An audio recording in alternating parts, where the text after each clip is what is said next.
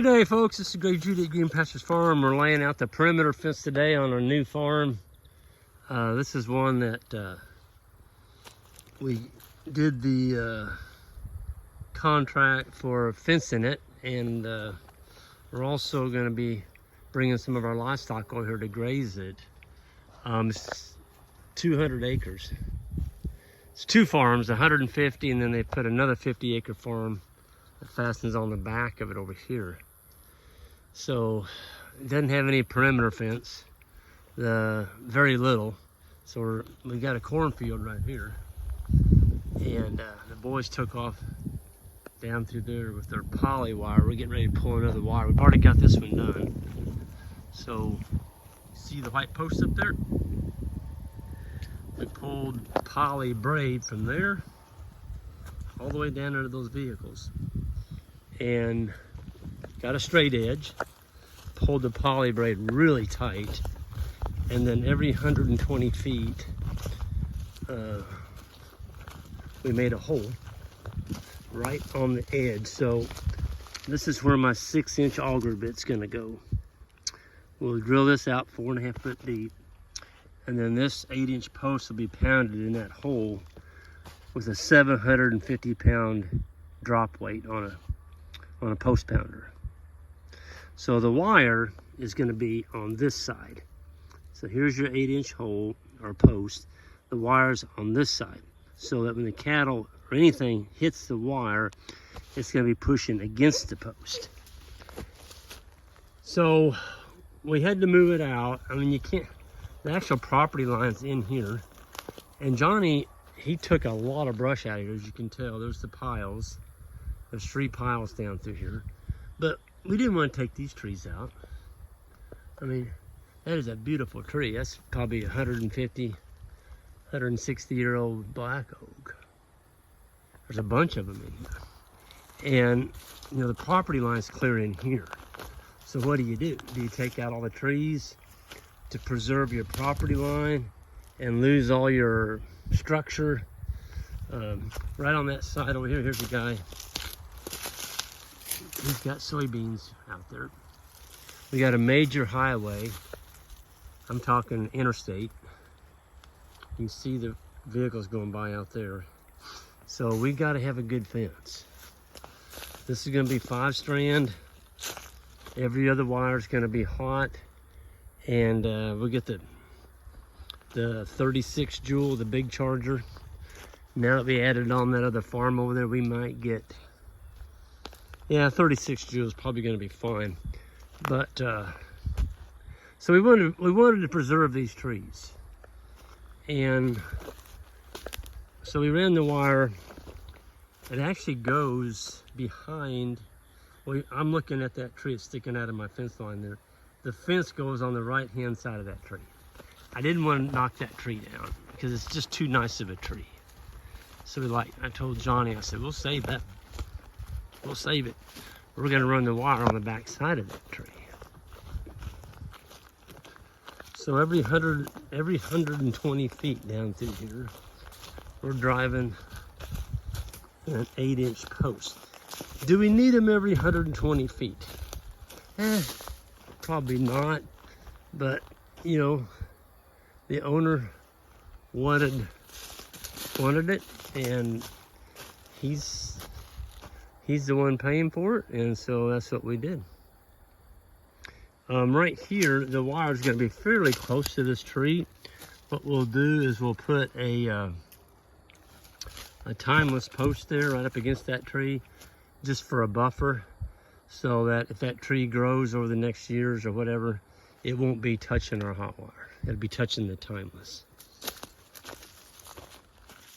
Well, I tell you what, the mosquitoes, you get in this shade, mosquitoes are pretty healthy. I'll be glad to get, well, I'm not going to say it. I almost said it. I'm like, I'll be glad to get a killing frost. No, I won't. Folks, we need some growing. We need some growing weather. In this 90s, 91 tomorrow, that's not growing weather. Not for cool season grasses. And as you can see, this is where Johnny did the dozing. It's filled in a little bit, but it just hasn't had any rain. And that looks pretty good out there, though. There's a lot of forage out there. That's been brush hogged once this summer, and that was 60 days ago. You can see there was an old fence in here, and that's a corner post. Our fence is actually going over here. There's a property line, I think.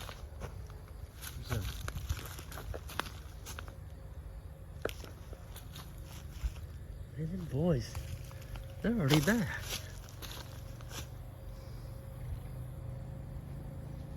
I'm gonna stop, Joel, and tell him I was going down to get my fence.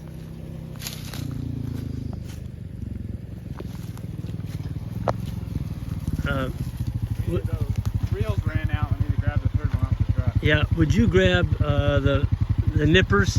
Yeah. And leave them up there by the skid steer? All right. Thank you, Joel.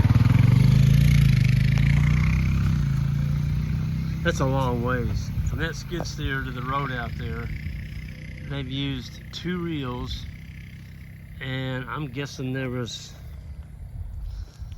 around 1,300 feet on each one of those. So we've went 2,600 feet and we're still not to the road. So that next reel will get it. I tell you what, I love poly braid. You can pull on that stuff. You can't break it. Well, you can. You hook it onto a tractor. But as soon as we get that one marked, just like we did here, what we're doing is we're going to drill these holes 4.5 foot deep and get a post set by every single one of them. So our post driver fella, we hire a guy to come in with the post pounder. All he's got to do is just grab the post, set it in on his pounder, and go. Smack it in. He doesn't have to haul the post. He doesn't have to spend a lot of time driving it, because I'm going to have a pilot hole. We're putting an 8-inch post in a 6-inch hole. And I'm telling you what, you can't tamp them that tight. I mean, you can't. Darn things are like a tree. So I'm liking this. This is gonna make some good shade. And then there's a great big draw over here, a wooded draw that goes all the way to the far end of the farm. There's a tree line there that's been cleaned out. This farm's got some pretty good shade on it. And the new 50 that he bought over there, it hooks onto this. It's got some nice shade on it as well. So, yeah. You know, this is probably 200 to 250. I'd say around 200. Probably around 200 to 220 bushel of corn per acre land right here. And I'm just tickled the landowner bought it. It's like, no, you're not doing that to this farm. And we're gonna turn it back to grass. So, yeah, kind of excited about it. It's got a pond on that side of that draw. It's got another pond over here, and then there's one out here. We're probably just gonna fence all the ponds off. Some of them we may put some water skirts on. That's down the road, but right now he's got a drilled well, and for a backup, he's actually hooked on to city water as well. But we're going to use the drilled well, and this whole farm is going to be on pressurized water. We're going to put some frost-free tanks out here, and then in between each frost-free tank, we're going to put quick couplers. So we're going to have it where we've got water basically strategically placed around this whole 200-acre farm. And the more strategically you can place your water, the better grazing that you can do, the more manure distribution you can do. And it just makes it so easy to rotate cattle.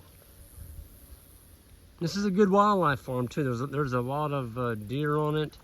The owner has seen a mountain lion out here. Not real crazy about the mountain lion, but calving, if we do start calving out here, the cows do calve in a mob, and they're pretty good about protecting each other. But yeah, it's exciting. It's a new project. So anyway, I'm gonna get out of here, and the boys will be back in a minute. We're gonna lay this out, coming down along this cornfield. Johnny's already put in some water crossings down here, coming out of this field. I mean, he did a great job. He put a bunch of that great big riprap, and then he put in new culverts. There's 2 of them down here because that field drains. They've got a waterway there, and it was bringing a lot of dirt and stuff across that road. Well, now we've got a nice crossing. So thanks to Johnny and Anthony, the owner, for getting that fixed up. That's going to be really nice. So folks, I'm going to get out here. We'll see you all next time. Hit that subscribe button on the way out if you would, and I'd appreciate it. Take care.